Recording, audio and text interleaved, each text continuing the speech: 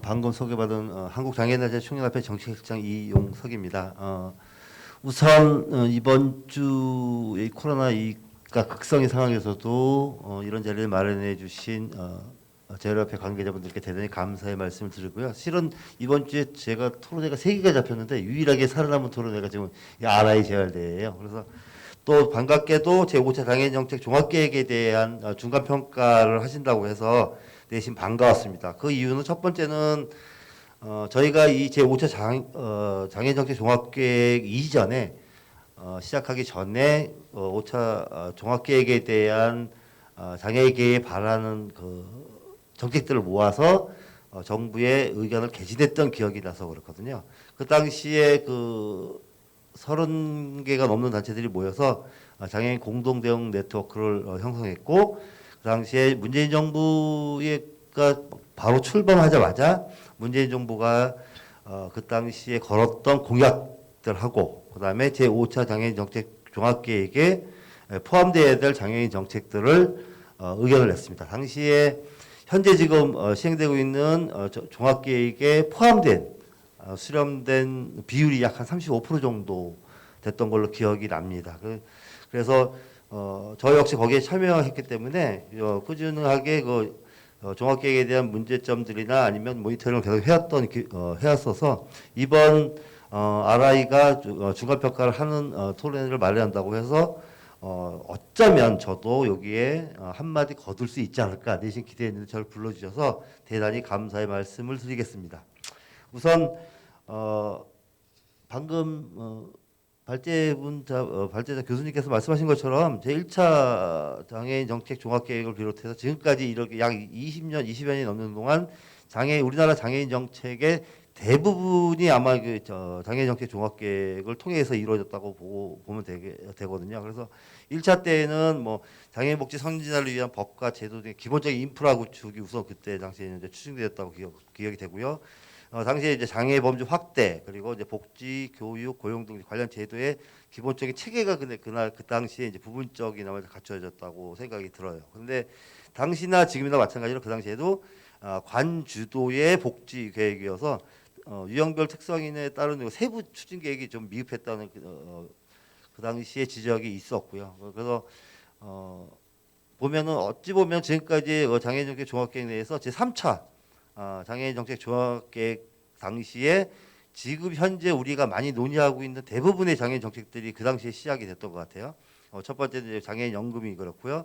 그다음에 활동지원제도가 그렇고, 그다음에 장애아동에 대한 재활 서비스 및 돌봄 제공도 그렇고, 그다음에 발달장애 종합지원계획도 그 당시에 처음 이제 만들어진 것으로 기억하고요. 그래서 3차 이후에 그 3차 이후에 많은 것들이 갖춰졌고 시행되었는데 4차 때는 뭐 그 당시 이제 박근혜 정부하고 박근혜 정부 때였는데 박근혜 정부가 제대로 임기를 다 하지 못한 상태여서 4차 장애인 정책 종합계획조차도 변변한 모니터링 없이 그냥저냥 위험위험 넘어갔던 기억이 납니다. 근데 어쨌든 간에 전체적으로 1차에서부터 4차까지의 약 한 20년 정도의 그 장애인 정책 종합계획을 들여다보면 우선 그 장애인 당사자의 목소리가 충분히 반영되지 못했던 상황이 일관되게 지속되었다는 거, 20년 동안. 그리고 또 5년 단위로 단절되고 또 다시 시작되는, 소위 말해서 정책의 분절적 상황이 계속 이제 끊임없이 지속적으로 유지되어 왔어요. 마치 그러니까 정권이 바뀌면 그 정책이 분철화되는 것처럼 똑같은 양상을 이루어져서 실제적으로 장애인 정책 종합계획을 통해 가지고 지금까지 끊임없이 발전적으로 이루어진 상황이 그다지 많지 않다는 것을 좀 지적하고 싶습니다. 그렇다면 지금 논의되고 있는 문재인 정부의 와 함께 시작한 제5차 장애인 정책 종합계획은 어떤가?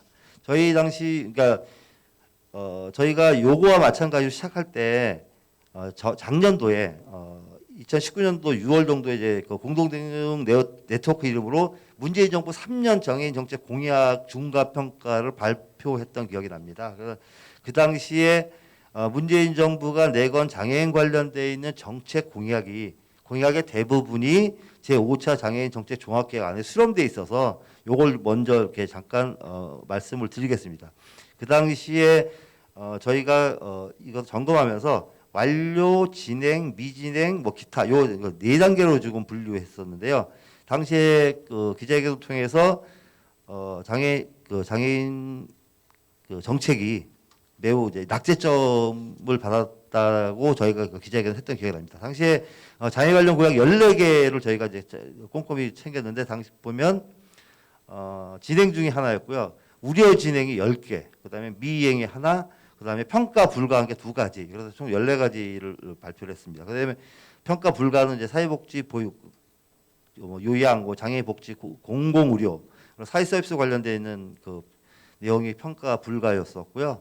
그다음에 대부분의 것들은 우리가 지금 얘기하는 것들이 다 우려 진행이 있습니다. 특히 이제 장애인 권리 보장 및 종합지원 체계 구축이라는 세부 736번 공약은 아예 이제 우려 진행이 그때 나타났었고요. 그래서 마찬가지로 전체적인 평가는 그 당시에 저희가 우려 단계여서 이제 발표를 했고 공약에 대한 그 계속 지속적으로 공약화 할 수 있도록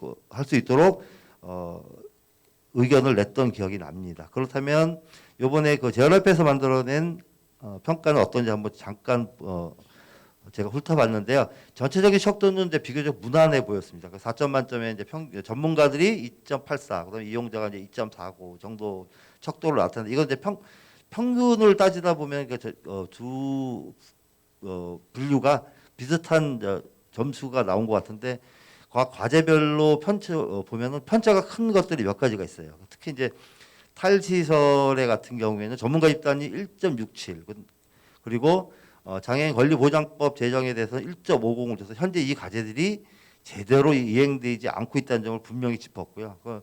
또 장애등급제 폐지에 대한 문제도 전문가 입단이 3.5로 높은 점수를 준 반면에 이제 장애인 당사자들은 2.1로 낮은 점수를 준 것은 이제 결국 정책의 계획과 시행 과정을 들여다볼 수 있는 전문가 입단에 평가하고 직접 삶의 현장에서 제도의 대상이 되는 이용자 집단 간의 시각차가 좀 드러난 것이 아닌가 이런 생각을 했습니다.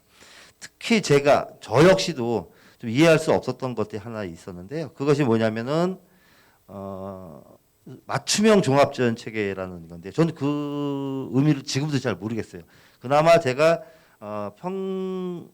그러니까 일상을 다른 장애인들에 비해서 정책 정보에 비교적 가까운 위치에 있음에도 불구하고 이 맞춤형이라는 정책적 의미를 제대로 아직 납득하지 못하고 그리고 그러다 보니까 정책의 체감도는 더욱 낮을 수밖에 없는 상태인데도 불구하고 현재 복지부가 계속 얘기하는 건 맞춤형, 뭘 맞춘다는지 아직도 잘 이해를 못하지만 어쨌든 맞춤형 지원 체계에 대한 이용자 집단의 체감 지수는 아주 낮은 편이겠죠. 한 예로 이제 문재인 정부가 대표적으로 돌봄 발표했던 그 커뮤니티 케어 같은 경우에는 그 요란 시작과는 달리 지금은 뭘 어떻게 진행되고 있는지 저도 잘 모르고 있는 상태거든요.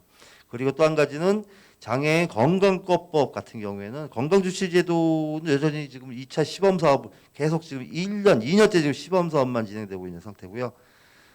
최영 의원께서 저번 주에 지적했다시피 건강검진 기관도 고작 4개 기관만 지금 운영되고 있는 상태. 그러다 보니 결국 지역사회 장애인 건강보건관리 체계는 전문가 입단이 3.7이라는 그 후한 평가를 준 것과 달리 오히려 법 시행 2년이 지나서도 아직도 아무것도 지금 이루어지지 않는 상태거든요. 그래서 이런 문제들을 한번 지적하고 싶었고요. 또 한 가지는 활동 지원제도 같은 경우에는 이제 전부 다 아실 거예요. 등급 하락에 대한 종합조사회, 그다음에 1구간의 부재에 대한 문제, 등급 하락에 대한 문제, 그다음에 1구간이 부재가 된 1구간이 안 나오니까 C게이트를 이용하는 편법적인 방식으로 다시 또 1구간을 만들어내는 이런 형태. 그다음에 장애인연금 이제 25만에서 30만 원 인상되긴 했지만 여전히 이 30만 원 가지고 연금이라고 치기에는 좀 민망하죠. 그리고 장애로 인한 추가 비용 보전은 여전히 지금 휠체어 타이어 한 개 바꾸는 비용도 되지 않는 상태. 말하자면 실질적으로 제5차 장애인 정책 종합 계획에서 얘기했던 포용적 사회에 걸맞는 정책이라고 하기에는 뭔가 민망하지 않나 이런 생각을 해봤습니다. 특히 이제 장애인 학대 피해 예방에 대한 지원 강화에 대해서 전문가들은 3.25가 꽤 컸는데 사실은 여전히 우리나라에는 장애인 노예들이 착취나가고 학대당하는 상태인데도 불구하고 그분들에 대한 권익 지원이나 아니면 권익 담보는 여전히 이루어지지 않고 있는 상태죠. 또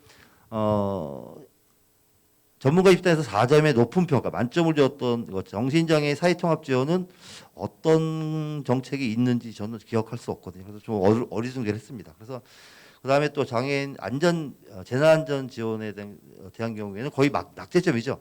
아까 이종석 의원께서 말씀하셨다시피 우리나라 재난안전기본법에는 장애인이 안전 취약계층에 포함되어 있어요. 3조 그 정의에 보면 3조 9항 2에 보면은 장애인, 노인, 아동이 포함되어 있거든요. 근데 이번에 그 보건복지부 장관님께서는 또 방역에 또 취약계층은 장애인이 아니라고 해서 도대체 이게 무슨 얘기인지 어리둥절을 했습니다.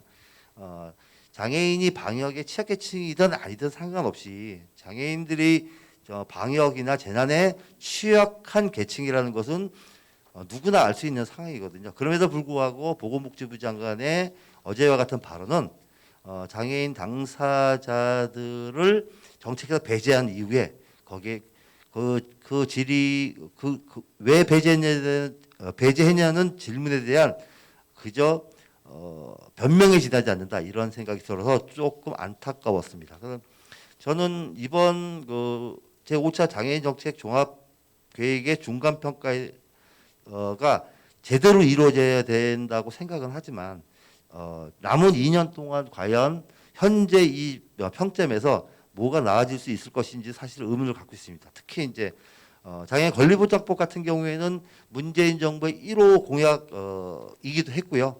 그 다음에 5차 장애인 정책 종합계획 안에도 포함되어 있습니다. 하지만 권리보장법에 대한 기초안도 지금 이제 마련되어 있지 않은 상태인데 혹여 2년 동안 무리하게 권리보장법을 만들려고 하다가 오히려 졸속 권리보장법을 만들지 않을까 이런 우려도 사실 있습니다. 또 한 가지는 여성장애인 지원법 같은 경우에도 문재인 정부의 공약 사항이었거든요. 그럼에도 불구하고 여성장애인 기본법은 아예 논의조차 지금 되어 있지 않은 상태고요. 그리고 여러 가지 문제도 또 웹 모바일 정보 접근성에 대한 문제도 이거 정책의 실현이기보다는 사실은 장애 당사자들이 끊임없이 데모하고 그다음에 기자회견하고 노력해가지고 겨우 요번에 뉴스에 이제 수어를 방송하게 되었죠. 결국에는 정책이라기보다는 장애인들의 운동을 통해서 이루어진 정책들이 더 많을 수 있다는 생각이 들었습니다. 그래서 정책에 대한 평가의 이전에 사실은 이런 정책들이 발제자분께서 말씀하셨던 것과 마찬가지로 유엔 장애인 권리 협약에서 요구했던 장애인은 동등한 사회 구성원으로서 차별받지 않고 삶에 참여할 권리가 있음을 분명히 밝히는 것. 그리고 국가는 장애인의 동등한 참여를 위한 정책을 강구해야 한다고 강조한 것과 마찬가지로 이러한 권리의 관점에서 장애인 정책들은 이루어지지 않으면 정책 따로 그다음에 장애인 당사자들이 느끼는 그 정책적 체감 지수가 따로따로 노는 분절적 상황이 끊임없이 이어질 수밖에 없겠다. 그래서 앞으로 2년 동안에 문재인 정부의 그 제5차 장애인 정책 종합계획의 마지막 마무리는 결국에는 장애 당사자 참여를 기반으로 한 정책에 대한 좀 조정이 필요하지 않을까 이런 생각이 들었습니다. 그래서 어쨌든 간에 장애인 정책 종합계획은 앞으로도 계속 이어질 것이라고 생각했습니다. 끊임없이 이어지는 장애인 정책 종합계획이 단순히 그냥 정책의 일환의 문제가 아니라 장애인들의 삶의 질을 어떻게 고양시키고 발전시킬 수 있는 이유가 될 수 있게 하기 위해서는요. 결국에는 문재인 정부 또는 그 이후의 정부들도 장애인 정책은 끊임없이 장애인 당사자의 귀를 기울일 수 있는 마음가짐이 필요하다. 장애 감수성이 필요하고 그렇게 해서 정책은 좀 더 새로워질 수 있지 않을까 그런 생각이 듭니다. 다만 현재 지금 이 과정에서는 조금 우려되는 것은 저희 장애인 당사자 쪽에서 정부를 향해서 뭔가 교정하고 바꿀 수 있는 여지가 그다지 많지 않아서 조금 고민이긴 합니다. 어쨌든 그래도 이번 국회가 열리면서 장애인 당사자분 국회의원분들이 직접 정책에 관여할 수 있는 여지가 있기 때문에 그나마 좀 기대를 해봅니다. 네, 이상입니다.